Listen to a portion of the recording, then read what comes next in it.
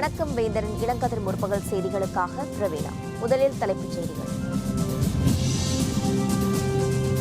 ஆளுநர் சந்திக்க எடப்பாடி பழனிசாமிக்கு நேரம் ஒதுக்கீடு. முற்பகல் 11:30 மணிக்கு சந்திக்கிறார்.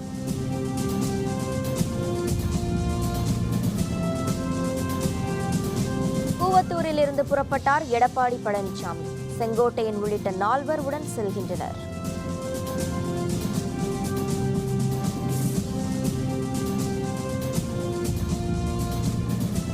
எடப்பாடி பழனிசாமிக்கு ஆளுநர் அழைப்பு. பன்னீர்செல்வம் அணியின் அடுத்த கட்ட நகர்வு என்ன?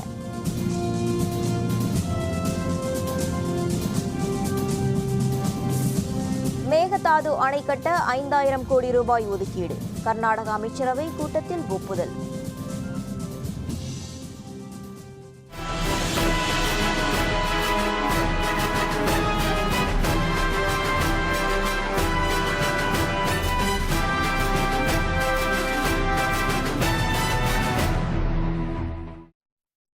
ஆட்சி அமைக்க உரிமை கோரி சசிகலா அணியின் எடப்பாடி பழனிசாமியும் முதல்வர் பன்னீர்செல்வம் அணியினரும் நேற்றிரவு ஆளுநர் வித்யாசாகர் ராவை சந்தித்தனர். இந்நிலையில் இன்று முற்பகல் 11:30 மணியளவில் ஆளுநரை சந்திக்க வருமாறு எடப்பாடி பழனிசாமிக்கு இன்று மீண்டும் அழைப்பு விடுக்கப்பட்டுள்ளது. இதுபற்றிய விரிவான தகவல்களை ஆளுநர் மாளிகை வளாகத்திலிருந்து தொலைபேசி வாயிலாக தருகிறார் நமது செய்தியாளர் முருகேசன். பிளவுபட்ட அதிமுகவில் சசிகலா தலைமையிலான அணிக்கு 124 எம்எல்ஏக்கள் முதல்வர் பன்னீர்செல்வம் தலைமையிலான அணிக்கு 10 எம்எல்ஏக்களும் ஆதரவு தெரிவித்துள்ளனர்.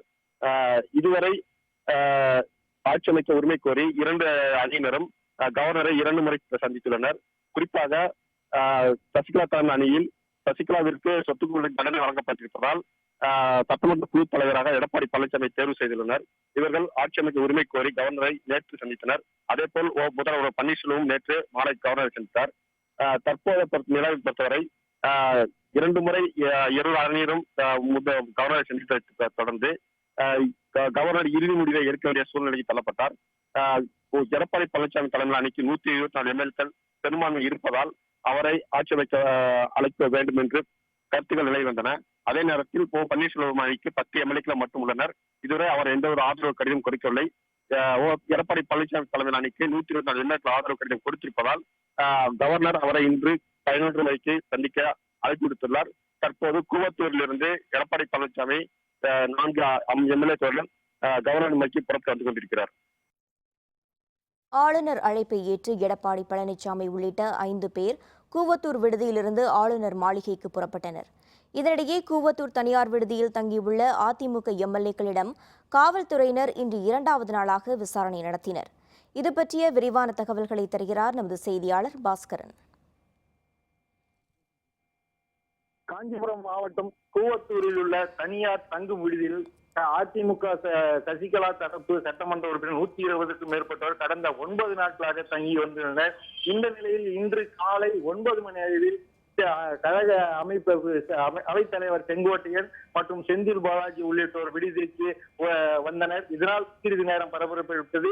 இந்த நிலையில் 10:30 மணி அளவில் இங்கிருந்து கூவத்தூர் விடுதியிலிருந்து எடப்பாடி பழனிசாமி தலைமையிலான 5 பேர் கொண்ட குழுவினர் ஆளுநர் மாளிகைக்கு அழைப்பு வந்துள்ளதாகவும் அதனைத் தொடர்ந்து நாங்கள் செல்வதாகவும் கூறிவிட்டு செய்தியாளரிடம் கூறிவிட்டு சென்றுள்ளார்.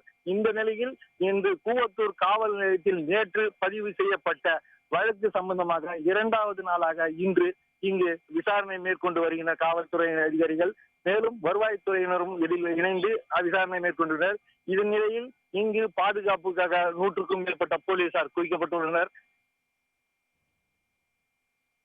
உங்க தகவல்களுக்கு நன்றி பாஸ்கர். முற்பகல் 11:30 மணியளவில் ஆளுநரை சந்திக்க எடப்பாடி பழனிசாமிக்கு அழைப்பு விடுக்கப்பட்ட நிலையில் முதல்வர் பன்னீர்செல்வத்தின் அணியின் தற்போதைய நிலை, எதிர்பார்ப்பு என்ன என்பது பற்றிய விரிவான தகவல்களை தருகிறார் நமது செய்தியாளர் சையத். தமிழக முன்னாள் முதல்வர் ஜெயலலிதா மறைவுக்கு 2 மாத காலத்திற்கு பின்னர் அதிமுகவில் பிளவு ஏற்பட்டது.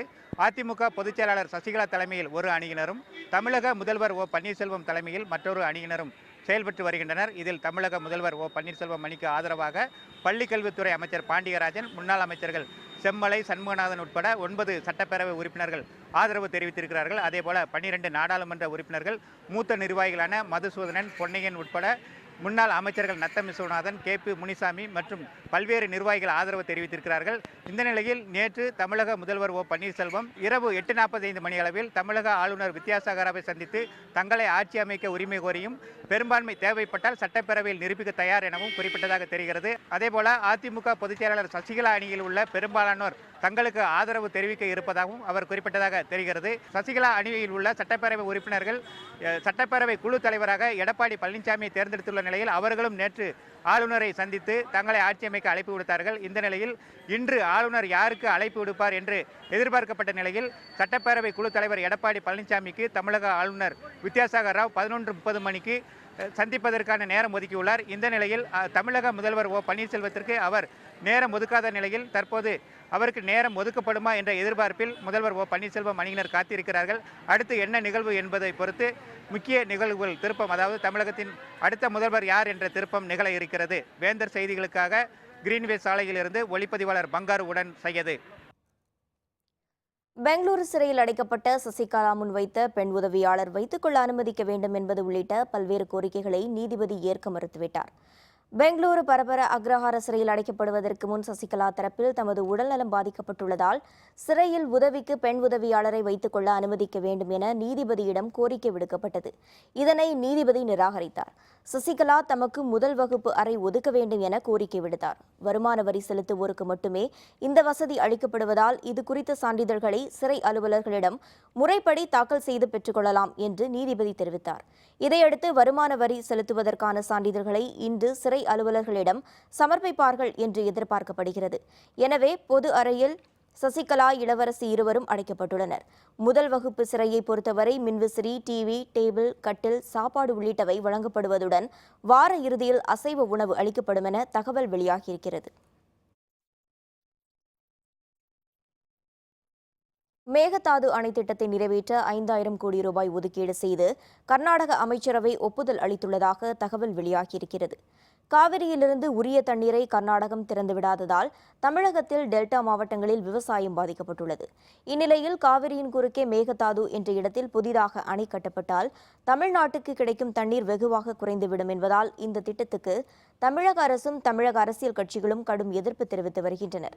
ஆனால் காவிரி ஆற்றின் குறுக்கே மேகதாது என்ற இடத்தில் கட்டப்படும் புதிய அணையிலிருந்து 400 மெகாவாட் மின்சாரம் தயாரிக்கப்படும் என்றும் பெங்களூரு மாநகரத்திற்கு குடிநீர் வழங்கப்படும் எனவும் முதல்வர் சித்தராமையா குறிப்பிட்டிருந்தார். இந்நிலையில் மேகதாது அணை திட்டத்திற்கு 5000 கோடி ரூபாய் நிதியை ஒதுக்கீடு செய்து கர்நாடக அமைச்சரவை கூட்டத்தில் ஒப்புதல் அளித்துள்ளதாக தகவல்கள் தெரிவிக்கின்றன.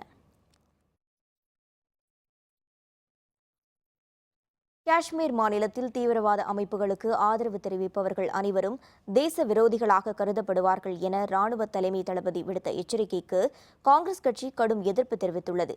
ஜம்மு காஷ்மீர் மாநிலத்தில் தீவிரவாதிகளுக்கு எதிராக நடைபெற்ற தாக்குதலின் போது வீர மரணமடைந்த ராணுவ வீரர்களுக்கு தலைமை தளபதி பிபின் ராவத் நேற்று அஞ்சலி செலுத்தினார். அப்போது பேசிய அவர், காஷ்மீரில் பாகிஸ்தான் தேசிய கொடியை பறக்க விடுபவர்கள் மற்றும் ISIS அமைப்புக்கு ஆதரவாக ஊர்வலம் உள்ளிட்ட நிகழ்ச்சியை நடத்துபவர்கள் தேச விரோதிகளாக கருதப்படுவார்கள் என தெரிவித்தார். இந்திய இறையாண்மைக்கு எதிராக செயல்படுபவர்கள் மீது கடும் நடவடிக்கை எடுக்கப்படும் எனவும் அவர் எச்சரித்திருந்தார். தலைமை தளபதியின் அறிவிப்புக்கு பாதுகாப்பு வல்லுநர்கள் உள்பட பல்வேறு தரப்பினர் ஆதரவு தெரிவித்து வருகின்றனர். இந்நிலையில் இன்று புதுதில்லியில் செய்தியாளர்களிடம் பேசிய காங்கிரஸ் நாடாளுமன்ற உறுப்பினர் சந்தீப் தீட்சித், ராணுவ தலைமை தளபதியின் அறிவிப்பு மாநில அரசு நிர்வாகத்தில் தலையிடும் செயல் என கண்டனம் தெரிவித்தார். It's not for the army chief to say. It is the law. If you assist anybody in terror activities, you shall be or will be prosecuted. I believe army chief's statement in this kind is uncalled for. It is not something the army should get into. Army chief is not some commando who has to roar and show his might. I think it is much better that you show it through assisting civilian administration. திருப்பதியில் செம்மர கடத்தல்காரர்கள் கல்வீசி தாக்கியதை அடுத்து காவல்துறையினர் வானத்தை நோக்கி துப்பாக்கியால் இருமுறை சுட்டனர். கடத்தல்காரர்களிடமிருந்து 30 லட்சம் ரூபாய் மதிப்பிலான செம்மரங்கள் பறிமுதல் செய்யப்பட்டன. திருப்பதி சேஷாசலம் வனப்பகுதியில் செம்மரக்கட்டைகள் கடத்தப்படுவதாக ஆந்திர காவல்துறையினருக்கு தகவல் கிடைத்தது. இதையடுத்து அங்கு விரைந்த ஆந்திர காவல்துறையினர் மீது கடத்தல்காரர்கள் கற்களை வீசி தாக்கியதாக கூறப்படுகிறது. இதையடுத்து காவல்துறையினர் துப்பாக்கியால் இரண்டு முறை வானத்தை நோக்கி சுட்டனர். இதையடுத்து 30க்கும் மேற்பட்ட செம்மர கடத்தல்காரர்கள் அங்கிருந்து தப்பி ஓடினர். சிதறி ஓடியவர்களில் ஜவ்வாது மலையை சேர்ந்த கோபி என்பவர் கைது செய்யப்பட்டுள்ளதாக தெரிகிறது. கடத்தல்காரர்களிடம் இருந்து 30 லட்சம் மதிப்பிலான 26 செம்மரக்கட்டைகள் கைப்பற்றப்பட்டதாக தெரிவிக்கப்பட்டுள்ளது.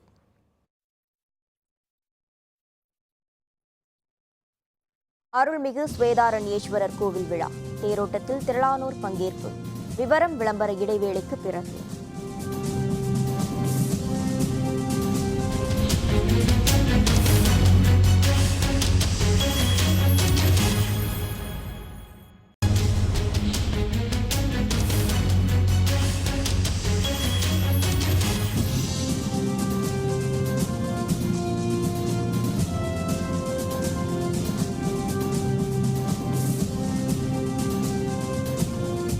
செய்திகள் தொடர்கின்றன. கூடன்குளம் முதலாவது அணு உலையில் பராமரிப்பு பணிகளுக்கு பிறகு மின் உற்பத்தி இன்று மீண்டும் தொடங்கியது. திருநெல்வேலி மாவட்டம் கூடன்குளத்தில் உள்ள முதலாவது அணு உலையில் அடிக்கடி பழுது ஏற்பட்டு வந்தது. இந்த நிலையில் கடந்த நவம்பர் மாதம் 26ஆம் தேதி பராமரிப்பு பணிக்காக மின் உற்பத்தி நிறுத்தப்பட்டது. 10 நாட்களில் மீண்டும் மின் உற்பத்தி தொடங்கப்படும் என்று அறிவிக்கப்பட்ட போதும் 84 நாட்களுக்கு பிறகு இன்றுதான் மீண்டும் மின் உற்பத்தி தொடங்கியுள்ளது. இதுபற்றி செய்தியாளர்களுடன் பேசிய வளாக இயக்குநர் HN சாஹூ, முதற்கட்டமாக 270 மெகாவாட் மின் உற்பத்தி செய்யப்பட்டு வருவதாக தெரிவித்தார். தட்டம்மை மற்றும் ரூபல்லா தடுப்பூசிகள் எந்தவித பக்க விளைவுகளும் இல்லாதது என்றும், குழந்தைகளின் நலனுக்காக வதந்திகளை நம்பாமல் தடுப்பூசி போட வேண்டும் எனவும் பெற்றோரை யூனிசெஃப் நிறுவன மருத்துவர்கள் கேட்டுக் கொண்டுள்ளனர். தமிழகம் முழுவதும் தட்டம்மை மற்றும் ரூபெல்லா நோய் தடுப்பூசி முகாம்கள் நடைபெற்று வருகிறது. 9 மாதங்கள் முதல் 15 வயதுக்குட்பட்ட குழந்தைகள் என 1,80,00,000 பேருக்கு தடுப்பூசிகள் போட திட்டமிட்டு கடந்த 6ஆம் தேதி தொடங்கப்பட்ட முகாம்கள் வரும் 28ஆம் தேதி வரை நடைபெறுகிறது. இதனிடையே தடுப்பூசி தொடர்பான வதந்திகளுக்கு முற்றுப்புள்ளி வைக்கும் விதமாக பன்னாட்டு குழந்தைகள் நல அமைப்பான யூனிசெஃப் அமைப்பின் மருத்துவர்களும் ஈரோடு மாவட்ட குழந்தைகள் நல மருத்துவர்கள் கூட்டமைப்பினரும் கூட்டாக செய்தியாளர்களை சந்தித்தனர். அப்போது பெரியம்மை, போலியோ போன்ற நோய்கள் தடுப்பூசி மூலமாகவே தடுக்கப்பட்டுள்ளதாகவும், எதிர்கால சந்ததியினருக்கு பிறவி குறைபாடு ஏற்படாமல் தடுக்கவும் தட்டம்மை மற்றும் ரூபெல்லா தடுப்பூசிகளை தவறாமல் குழந்தைகளுக்கு போட வேண்டும் எனவும் கேட்டுக்கொண்டனர். பிறவி குறைபாடுகளை எதிர்கால சந்ததியினரை பாதுகாக்கிறதுக்காகவும் இந்த தடுப்பூசி போட்டுட்டு வராங்க. இந்த தடுப்பூசி மிகவும் பாதுகாப்பானது. ஸோ கிட்டத்தட்ட 30-34 லட்சத்துக்கு மேலே தடுப்பூசி தமிழ்நாட்டில் போட்டுட்ருக்காங்க. இது வரைக்கும் எந்த அட்வர்ஸ் ரியாக்ஷனும் இல்லை. ஸோ பாதுகாப்பாக இது வரைக்கும் போட்டுட்டு வராங்க. இதுவரை மக்கள் கேள்விப்பட்ட வதந்திகள் நம்பாமல் மிகவும் பாதுகாப்பான தடுப்பூசியை போட்டுக்கிறது நான் கேட்டுக்கொள்கிறோம். இந்த தட்டம்மை மற்றும் ருபெல்லா தடுப்பூசி ஏற்கனவே இந்தியாவில் 25-30 வருஷமாக தனியார் இடத்துல போட்டுருக்கிற தடுப்பூசி அப்படின்னும், இந்த தட்டம்மை தடுப்பூசி மட்டும் இந்தியாவில் 1985 போட்டுருக்க தடுப்பூசி அப்படின்னும், எந்தவித பக்க விளைவுகளும் நீங்கள் வதந்திகளில் வர மாதிரி எந்தவித பக்க விளைவுகளும் இல்லாத தடுப்பூசி. ஸோ இது அனைவரும் கட்டாயம் மக்கள் போட்டுக்கணும். செங்கோட்டை புனலூர் இடையிலான அகல ரயில் பாதை பணிகள் வரும் ஜூன் மாதம் இறுதியில் நிறைவடையும் என மதுரை ரயில்வே கோட்ட மேலாளர் தெரிவித்துள்ளார். திருநெல்வேலி மாவட்டம் செங்கோட்டையிலிருந்து புனலூர் வரையிலான சுமார் 51 கிலோமீட்டர் தொலைவிலான மீட்டர் கேஜ் ரயில் பாதையை அகலப்பாதையாக மாற்றும் பணி கடந்த 2010ஆம் ஆண்டு தொடங்கியது. இந்த வழித்தடத்தில் 5 குகைகள் அமைந்திருப்பதால் மலைகளை குடைந்து குகைகளை விரிவுபடுத்தியதன் காரணமாக பணிகளில் காலதாமதம் ஏற்பட்டது. இந்நிலையில் ஆரியங்காவு முதல் செங்கோட்டை வரை முடிவுற்ற பணிகளை ரயில்வே உயர் அலுவலர்கள் ஆய்வு செய்தனர். பின்னர் செய்தியாளர்களுடன் பேசிய மதுரை ரயில்வே கோட்ட மேலாளர் சுனில்குமார் கர்க், வரும் ஜூன் மாத இறுதியில் இந்த பாதையின் அனைத்து பணிகளும் நிறைவடையும் என குறிப்பிட்டார். Whatever sections have been completed to get it inspected by Commissioner Railway Safety, and once we get his clearance, then the trains will run. Edamon to New Aramkaview, that will be by June.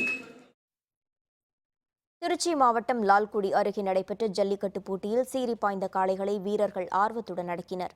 Lalgudi அருகே கண்ணனூரில் நடைபெற்ற இந்த போட்டியில் திருச்சி, அரியலூர், பெரம்பலூர் உள்ளிட்ட பல்வேறு பகுதிகளில் இருந்து கொண்டுவரப்பட்ட காளைகள் களமிறக்கப்பட்டன. வாடிவாசல் வழியாக வெளியே வந்த காளைகளை மாடுபிடி வீரர்கள் ஆர்வத்துடன் அடக்கினர்.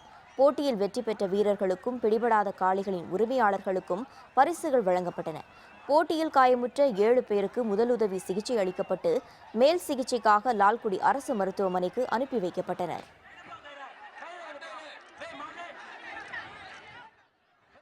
நின்று பாயும். மாடு போட்டாரியா, மாடு ஒரு ஆள் போட்டாரியா, ஒரே ஆள் போட்டாரியா, ஒரே ஆள் போட்டாரியா, ஒரே ஆள் போட்டாரியா. மாடு ஒருத்தர் குடிச்சா மட்டும் தான் பரிசு, 3 பேர் குடிச்சா பரிசு கிடையாது.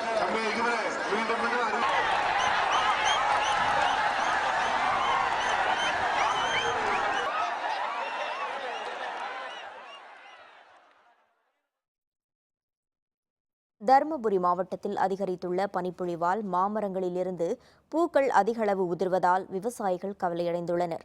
தருமபுரி மாவட்டத்தில் பாலக்கோடு, கம்பைநல்லூர், மொரப்பூர், நல்லம்பள்ளி உள்ளிட்ட பல்வேறு பகுதிகளில் மா சாகுபடி செய்யப்பட்டு வருகிறது. மாமரங்களில் நவம்பர் மாதம் முதல் பூக்கள் பூக்க துவங்கியதுடன் பல பகுதிகளில் பிஞ்சுகளும் விடத் தொடங்கியுள்ளது. ஆனால் வழக்கத்துக்கு மாறாக தற்போது பனிப்பொழிவு அதிகரித்துள்ளதால் மாமரங்களில் பூக்கள் மற்றும் பிஞ்சுகள் கருகி உதிர்ந்து வருவதால் விவசாயிகள் கவலையடைந்துள்ளனர். பனி பெயர்னால பனிக்கு பூ கருகுது. மாமரம் பூ இல்லை, நிறைய தடவை பூத்துருக்கு. ஆனா மாங்காய் மகசூல் இந்த வருஷம் ரொம்ப கம்மியா தாங்க வரும். பிஞ்சு சைஸ் இருக்கணும், ஆனா வரல. ஆனா வறட்சி தான் காரணமே. மா விளைச்சல் பாதிப்பு தான். போன வருஷம் நல்லா அப்பெல்லாம் இவ்வளவு பிஞ்சு ஆயிட்டு இருந்துச்சு. போன வருஷம்லாம் இப்போ ஒண்ணு கூட இல்ல. அக்ரி என்ன சொன்னாங்க, பனிக்கு இது மாதிரி ஆகுது, மருந்து அடிங்கன்னு சொன்னாங்க. மழை இல்லாத வறட்சிக்குன்னு சொன்னாங்க. நாங்களும் மருந்து அடிச்சு இப்படி ஆயிடுச்சு. நாங்க என்ன செய்யறது? இந்த வருஷமே பாதிப்பு தான், ஒன்னும் லாபம் காது. தக்காளி விலை உயரும் வாய்ப்புள்ள போதும் அதனை இறக்குமதி செய்து விற்பனை செய்வதால் தங்களுக்கு உரிய விலை கிடைக்கவில்லை என்று திருப்பூர் விவசாயிகள் தெரிவித்துள்ளனர். திருப்பூர் மாவட்டத்தில் தக்காளி விளைகின்ற பல்லடம், குண்டடம் உள்ளிட்ட பகுதிகளில் கடும் வறட்சி காரணமாக மிகுந்த சிரமங்களுக்கு இடையே காய்கறிகளை விளைவித்து வருகின்றனர். தக்காளி வரத்து தற்போது குறைந்துள்ளதால் வரும் நாட்களில் விலை உயர வாய்ப்புள்ளது. ஆனால் வணிகர்கள் மகாராஷ்டிரா மாநிலத்தில் இருந்து இறக்குமதி செய்து விற்பனை செய்வதால் தங்களுக்கு உரிய விலை கிடைக்கவில்லை என்று விவசாயிகள் தெரிவித்துள்ளனர். மேலும் வணிகர்களின் இந்த செயலால் தங்களுக்கு பெருத்த நஷ்டம் ஏற்பட்டு வருவதாகவும் அவர்கள் தெரிவித்தனர்.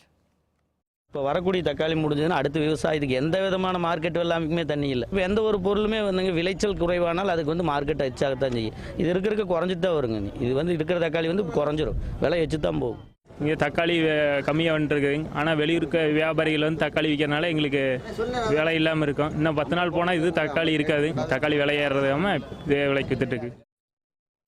திருவெண்காடு ஸ்வேதாரண்யேஸ்வரர் கோவில் இந்திர பெருவிழாவில் நடைபெற்ற திருத்தேரோட்டத்தில் திரளான பக்தர்கள் கலந்து கொண்டு சுவாமி தரிசனம் செய்தனர். நாகப்பட்டினம் மாவட்டம் திருவெண்காட்டில் உள்ள அருள்மிகு ஸ்வேதாரண்யேஸ்வரர் கோவில் புதன் ஸ்தலமாகவும் விளங்குகிறது.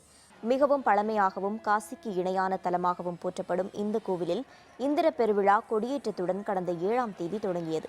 இதன் முக்கிய நிகழ்வான திருத்தேரோட்ட நிகழ்ச்சி நடைபெற்றது. இதில் பிரம்ம வித்யா அம்மனுடன் ஸ்வேதாரண்யேஸ்வரர், விநாயகர், சுப்பிரமணியர் சுவாமி மற்றும் சண்டிகேஸ்வரர் ஆகிய தேர்களை திரளான பக்தர்கள் வடம் பிடித்து இழுத்தனர்.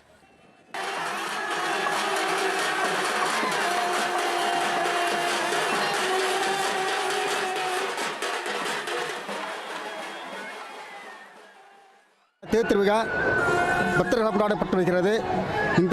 இந்த தேரை இட்டால் பக்தர்கள் படிப்பு, கல்வி, அறிவு, மேன்மை, புகை, செல்வம், அறிவு எல்லாம் கிடைக்கும் என்று மக்கள் நம்புகிறார்கள்.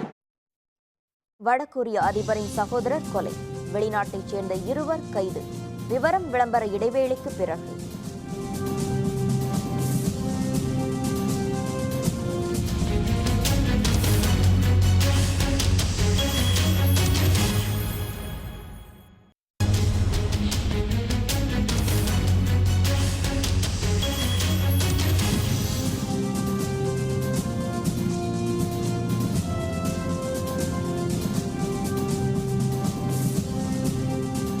செய்திகள் தொடர்கின்றன. இனி அயலக செய்திகள்.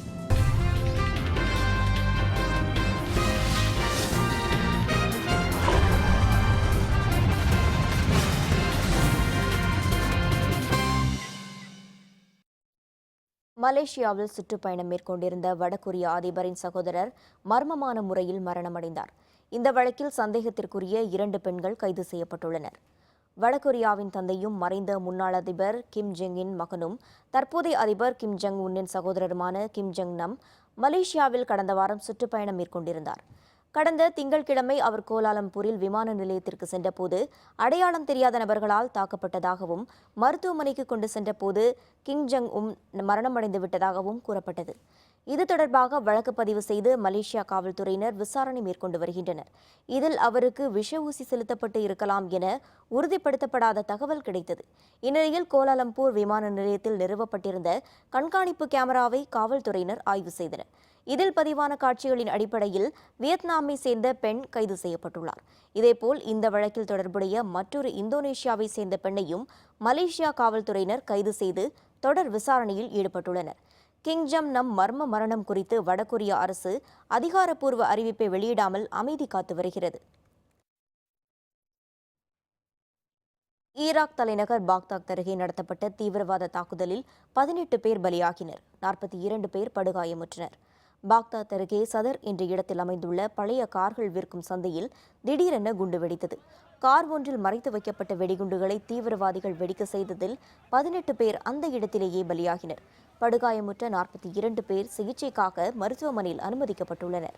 மொசூல் நகரின் பெரும்பாலான பகுதிகளை அமெரிக்க தலைமையிலான கூட்டுப்படையினர் மீட்டதை அடுத்து IS தீவிரவாதிகள் ஈராக்கின் பல்வேறு பகுதிகளில் இத்தகைய தாக்குதல்களை நடத்தி வருவது குறிப்பிடத்தக்கது.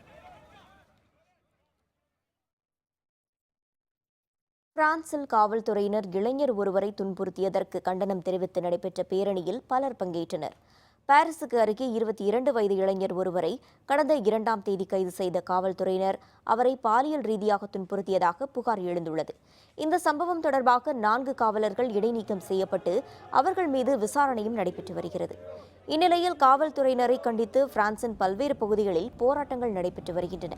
பாதிக்கப்பட்ட இளைஞருக்கு ஆதரவாகவும் காவல்துறையினரை கண்டித்தும் பாரிஸில் நடைபெற்ற பேரணியில் மாணவ மாணவிகளும் பொதுமக்களும் பங்கேற்றனர்.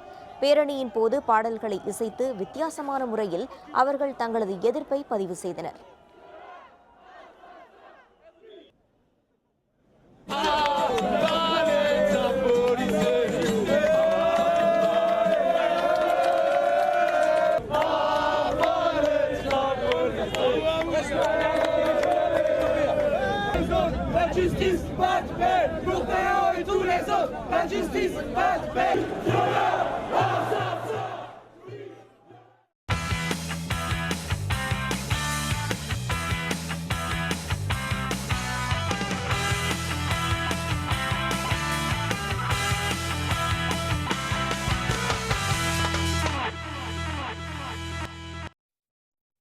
ஓமனில் நடைபெற்று வரும் சைக்கிள் போட்டியின் 2வது சுற்றில் பெல்ஜியம் நாட்டு வீரர் முதலிடம் பிடித்தார். டூர் ஆஃப் ஓமன் சைக்கிள் போட்டியின் 2வது சுற்று நகலிலிருந்து அல்பஸ்டன் வரையிலான 145.5 கிலோமீட்டர் தொலைவுக்கு நடத்தப்பட்டது. மலைப்பகுதிகளை உள்ளடக்கிய பாதைகளில் நடைபெற்ற இந்த போட்டியில் தொடக்கம் முதலே வேகமாக சைக்கிளை இயக்கிய பெல்ஜியம் நாட்டு வீரர் பென் ஹர்மன்ஸ் முதலிடத்தை பிடித்தார். போர்த்துகல் நாட்டு வீரர் ரூய் கோஸ்டா 2வது இடத்தையும் டென்மார்க் வீரர் ஜேக்கப் பெல்சாங் 3வது இடத்தையும் பெற்றனர்.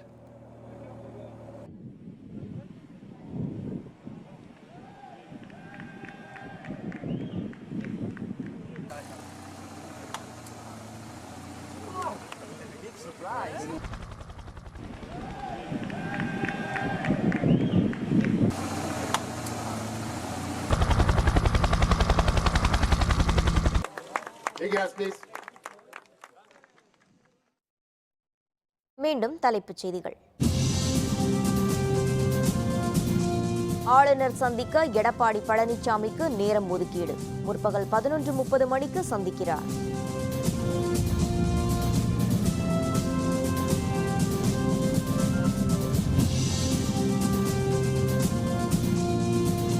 கூவத்தூரில் இருந்து புறப்பட்டார் எடப்பாடி பழனிசாமி. செங்கோட்டையன் உள்ளிட்ட 4 உடன் செல்கின்றனர்.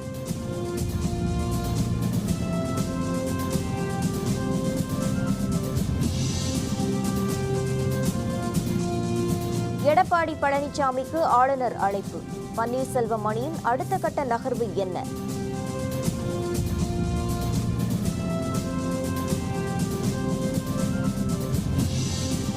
மேகதாது அணை கட்ட 5000 கோடி ரூபாய் ஒதுக்கீடு. கர்நாடக அமைச்சரவை கூட்டத்தில் ஒப்புதல்.